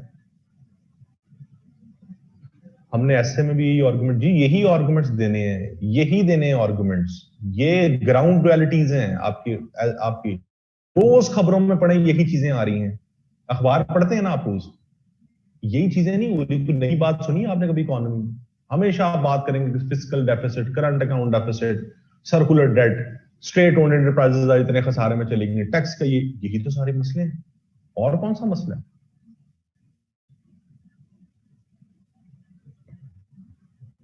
बात करते हैं जी सर्कुलर डेट की, इसको समझना बहुत जरूरी है।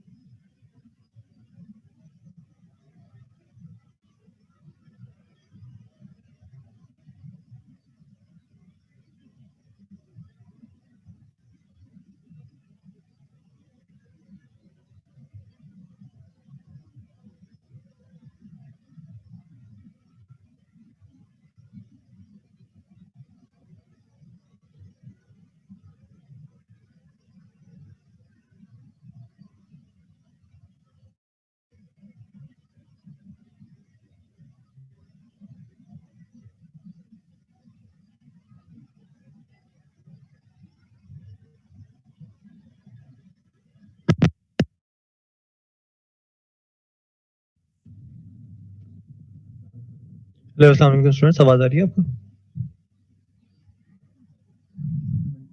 Okay okay, perfect. जी सर, माइक माइक चलिए, ब्रेक देनी है? चलिए।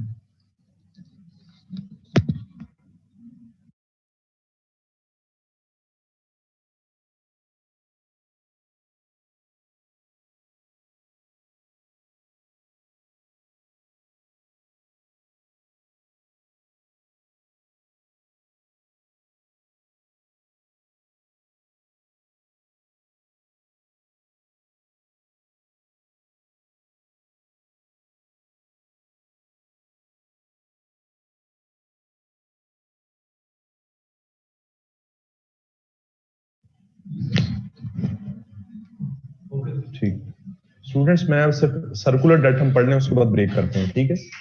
उसके बाद ब्रेक कर लीजिएगा आप जरा, ये एक चैलेंजेस खत्म हो जाए उसके बाद फिर हम आगे कॉजेज और सॉल्यूशन डिस्कस कर लेंगे। सर्कुलर डेट समझ लें, इसके बाद ब्रेक कर लेते हैं। थकना मुझे वैसे चाहिए, थक आप गए हैं बैठे बैठे। चलें जी। अच्छा, ये जो सर्कुलर डेट होता है ना, ये एनर्जी सेक्टर से लिंक्ड होता है, एनर्जी सेक्टर से, ठीक है? इसका ताल्लुक सिर्फ एनर्जी से। पाकिस्तान में जो बिजली बनती है वो 70% बिजली जो है ना वो ऑयल से बनती है, ठीक है? बाकी जो 30% है वो बनती है आपके अल्टरनेटिव एनर्जी रिसोर्सेज से, जिससे न्यूक्लियर है, जिसमें सोलर है, हाइड्रो इलेक्ट्रिक है, और ये सारे जो है वो सोर्स ऑफ एनर्जी है। 70% आपकी डिपेंडेंस ऑयल के ऊपर है, और ऑयल आप जो है वो बाहर से खरीदते हैं, आप खुद तो प्रोड्यूस नहीं करते, ठीक है? तो यहां पर आता है सर्कुलर डेट। अब ये जो बिजली बनती है ना तेल से, इसका पूरा मैकेनिज्म होता है, ये मैं आपको मैकेनिज्म समझाता हूं क्या होता है। आप ना सबसे पहले इंपोर्ट करते हैं oil. Let suppose Saudi Arabia से आपने ऑयल इंपोर्ट कर लिया। ये इंपोर्ट कौन करता है? आपके मुल्क में स्टेट ऑयल कंपनीज होती हैं, जैसे पीएसओ है, पाकिस्तान स्टेट ऑयल, पीएसओ ये एक स्टेट ऑयल कंपनी है। आपकी स्टेट ऑयल कंपनीज इनसे ऑयल खरीदती हैं, और इनसे खरीदकर इनको आगे ऑयल बेचती हैं जिन कंपनीज ने बिजली प्रोड्यूस करनी होती है। जो कंपनीज बिजली प्रोड्यूस करती हैं उनको कहते हैं IPPs, independent power producers. State oil companies like PSO, इन्होंने खरीदा इनसे, सऊदी अरेबिया से या किसी और मुल्क से ऑयल खरीदा, और आईपीपीज ने इनसे ऑयल खरीदा। और अब आईपीपीज क्या है? बिजली बनाएंगे। ये आईपीपीज कौन होते हैं? वापडा। वापडा के साथ साथ के इलेक्ट्रिक का नाम सुना होगा। ये सारे कौन है? ये पावर प्रोड्यूसर का, पावर प्रोड्यूसिंग कंपनीज है, ठीक है? जो ऑयल खरीदती हैं और तेल से बिजली बनाती हैं। अच्छा,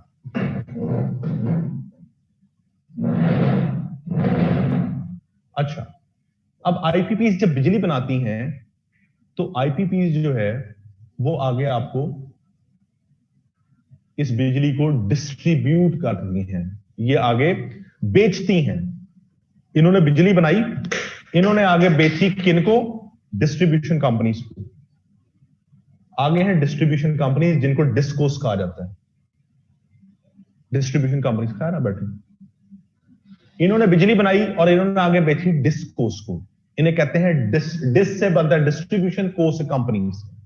आप लोगों ने नाम सुना होगा लेस्को, फेस्को, गैपको, सुने हैं ना नाम? ये हैं डिस्ट्रीब्यूशन कंपनीज जिनका नाम होता है, जिनका नाम होता है। ये अब मैं आपको बार बार आपसे रिक्वेस्ट करता हूं कि आप लोग प्लीज आपस में डिस्कशन ना किया करें। आप ये बात तो सुन लें, आप अंदर ही अपनी जो है वो डिस्कशन शुरू कर लेते हैं। निशाद चुनिया, वापडा, फेस्को, लेस्को, आप खुद ही बात, आप मेरी तो बात सुन लें, मैं क्या पढ़ा रहा हूं। इनकी जरा अपना चैट प्राइवेट कर दें। कर दिए? मेरी इसको समझें, इसको नहीं समझ आएगी तो फिर आप मुझसे पूछेंगे जी रिपीट कर दें, ये समझा दें, वो समझा दें। पहले मेरी तो बात सुन लें। आईपीपीज क्या है? ये बिजली प्रोड्यूस करते हैं, इंडिपेंडेंट पावर प्रोड्यूसर्स। इसमें प्राइवेट भी है, ये के इलेक्ट्रिक प्राइवेट ही है। वापडा जो है वो पाकिस्तान की है, वापडा प्राइवेट नहीं है, वापडा स्टेट ओन्ड है। इसमें दोनों आती हैं, प्राइवेट भी आती हैं, स्टेट ओन्ड भी आती हैं। आपने ऑयल इंपोर्ट किया, खरीदा आपकी स्टेट ऑयल कंपनीज ने, स्टेट ऑयल कंपनी से ऑयल खरीदा पावर प्रोड्यूसर्स ने, पावर प्रोड्यूसर ने बिजली बनाई और बिजली बना के बेची किसको? डिस्कोस को। डिस्ट्रीब्यूशन कंपनीज आगे क्या करती हैं? डिस्ट्रीब्यूट करती हैं बिजली को, और ये आगे पहुंचाती हैं आपके इलाकों के अंदर। ग्रिड स्टेशन लगे होते हैं, ग्रिड स्टेशन। ये ग्रिड स्टेशन जो है आगे एक कंज्यूमर, एंड कंज्यूमर तक बिजली पहुंचाते हैं, एक एंड कंज्यूमर तक बिजली पहुंचती है। ये सारा एक सर्कल होता है जिस कैसे प्रोड्यूस होती है और कैसे एंड कंज्यूमर तक पहुंचती है। ये एक सारा प्रोसेस है, चेन प्रोसेस है। What about circular debt? Circular debt क्या है? ये PSO, state oil company, Saudi Arabia से अगर तेल खरीद रही है तो ये डेफर्ड पेमेंट, उधार पे तेल खरीद रही है। State oil company Saudi Arabia को कहती है कि आप हमें तेल दे दें, हम 1 साल बाद पेमेंट कर देंगे।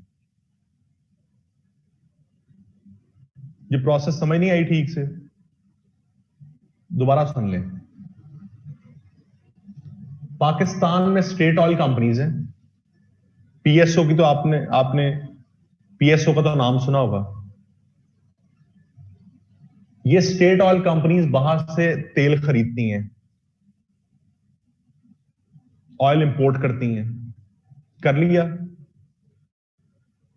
ये इनसे खरीद कर ये आगे बेचती हैं पावर प्रोड्यूसिंग कंपनीज को, जिन्हें आईपीपीज कहा जाता है।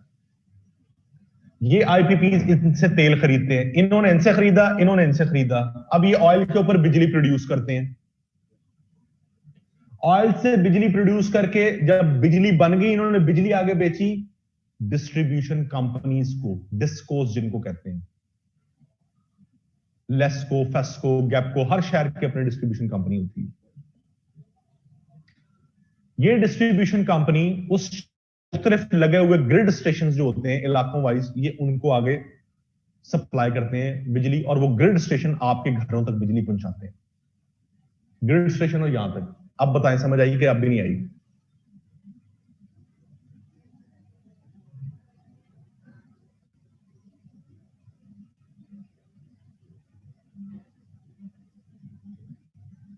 समझ आ गई? सर्कुलर डेट क्या है? अब जरा गौर से सुना, सर्कुलर डेट क्या है? सर्कुलर डेट ये है कि ये जो स्टेट ऑयल कंपनीज हैं, इन्होंने उधार पे तेल खरीदा किसी मुल्क से, Saudi, let's suppose Saudi Arabia, Kuwait, Iran, Iraq, किसी से भी। इन्होंने उधार तेल खरीदा कि आप हमें तेल दे दें, हम 1 साल बाद पेमेंट कर देंगे। इन्होंने इनसे उधार खरीदा तो ये इनके मकरूज हैं। आगे से इंडिपेंडेंट पावर प्रोड्यूसर्स ने इनसे, स्टेट ऑयल कंपनी से ऑयल खरीदा, वो भी उधार पे। इन्होंने कहा जी हम बिजली प्रोड्यूस करेंगे, आगे बिजली बेचेंगे, बिजली बेचकर जो हमें पैसे आएंगे हम उनसे आपकी पेमेंट कर देंगे। ये इनके मकरूज, ये इनके मकरूज। इन्होंने इनसे उधार तेल खरीदा, इन्होंने इनसे उधार तेल खरीदा, और इन्होंने बिजली प्रोड्यूस करना शुरू कर दी। ठीक हो गया? इन्होंने जब बिजली प्रोड्यूस करना शुरू की, इन्होंने जब बिजली बनाई तो इन्होंने एस्टिमेट लगाया कि जो बिजली हमने बनाई है वो इससे हम 100 रुपया कमाएंगे। इन 100 में से 40 रुपए तो सीधे सीधे इन कंपनीज को हम देंगे जो हमने इनसे तेल खरीदा है। पीछे कितने बच गए? 60 रुपीज। 60 में से इन्होंने हिसाब लगाया होता है कि 30 रुपीज हमारी बिजली बनाने पे कॉस्ट आई है, वो चली जाएगी, और पीछे 30 रुपए हमारा प्रॉफिट है, हमारा रेवेन्यू है, वो हम कमाएंगे। इन्होंने जो बिजली प्रोड्यूस की, इन्होंने एस्टिमेट लगाया कि इससे हम 100 रुपया कमाएंगे एंड कंज्यूमर से। 100 में से 40 रुपए हमें ऑयल कंपनीज को जिनसे ऑयल खरीदा वो देंगे, 30 रुपए हमारी कॉस्ट आ गई बिजली बनाने, 30 रुपए हमारा प्रॉफिट है। अब होता क्या है, जब ये बिजली सप्लाई करते हैं डिस्को को, डिस्को से ग्रिड स्टेशन और ग्रिड स्टेशन से एंड कंज्यूमर तक, तो आपके मुल्क में प्रॉपर इंफ्रास्ट्रक्चर ना होने की वजह से, लाइन लॉसेस होने की वजह से बिजली जाया हो जाती है। 30% बिजली उड़ गई। 100 रुपया आपने कमाना था, उसकी 30 रुपए की बिजली उड़ गई। जाया हो गई लाइन लॉसेस की वजह से। एंड कंज्यूमर तक पहुंची, एंड कंज्यूमर्स ने आगे डाले हुए कुंडे, उर्दू में या पंजाबी में जो कहते हैं बिजली चोरी। 30 से 40% आपकी बिजली चोरी हो रही है। अब आईपीपीज ने ये देखा कि जी हम 100 रुपया कमाएंगे, 100 में से 30 रुपए की तो बिजली उड़ गई, लाइन लॉसेस की नजर हो गई, 30 से 40 रुपए की बिजली चोरी हो गई। तो पीछे जब कंज्यूमर ने बिल पे किया तो आईपीपीज ने जो पैसे इकट्ठे किए वो 100 की जगह कितने हुए, मुश्किल से 30 रुपए। एस्टिमेट 100 का था, असल में एक्चुअल इकट्ठे कितने हुए, 30। अब ना तो वो इनके पैसे दे सकते हैं, ना तो वो अपना कोई रेवेन्यू कमा सकते हैं। तो क्या हुआ, क्राइसिस आ गया ना, इसको कहते हैं सर्कुलर डेट। अब इस पूरी कहानी में प्रेशर किसके ऊपर आता है, गवर्नमेंट के ऊपर आता है ना। ये भी ज्यादातर गवर्नमेंट की ऑर्गेनाइजेशंस हैं, ये भी स्टेट ऑयल कंपनीज हैं। गवर्नमेंट के ऊपर प्रेशर आता है ना कि भाई इनके भी पैसे पूरे करने, इनके भी, ताकि यहां पर पेमेंट्स हो सके। गवर्नमेंट के पास तो पैसे नहीं है,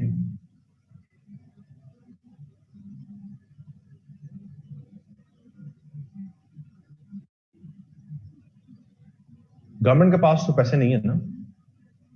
गवर्नमेंट कहां से इनके पैसे पूरे करे, गवर्नमेंट के पास तो पैसे नहीं है। इस सर्कुलर डेट को कोप अप करने के लिए गवर्नमेंट फिर बाहर के मुल्कों से लोन लेती है। वो लोन लेकर इनके पैसे दिए जाते हैं, इनके पैसे दिए जाते हैं। सर्कुलर डेट को कम करने की या खत्म करने की कोशिश की जाती है।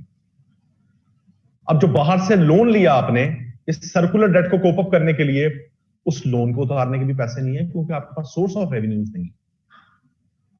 फिर आप क्या करते हैं, फिर आप लोगों के ऊपर इनडायरेक्ट टैक्सेस लगाते हैं।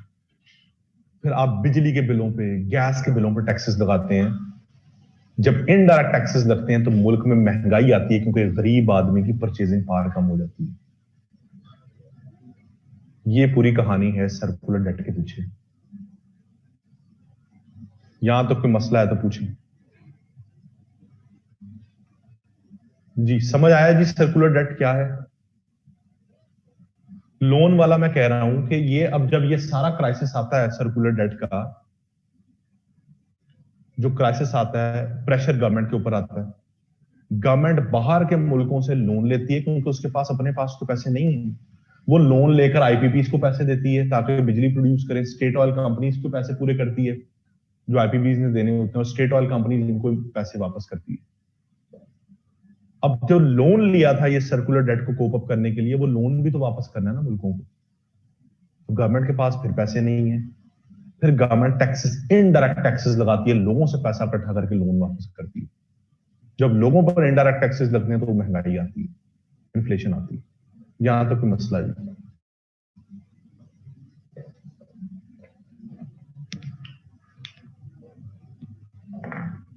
गर्दिशी कर्जे इन्हीं को कहते हैं, गर्दिश करना, सर्कल, सर्कुलर डेट।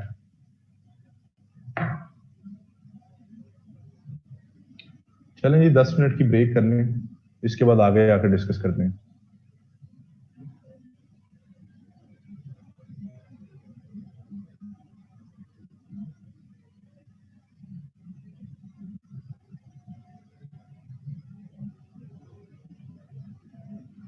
इसी तरह ही रहेगा जब तक आप लाइन लॉसेस और बिजली चोरी को नहीं रोकेंगे, ये सारे ऐसे मामला चलते रहेंगे। ठीक, सर्कुलर डेट का ताल्लुक सिर्फ एनर्जी सेक्टर से है। चलें जी अभी बात करते हैं, फिर अभी आप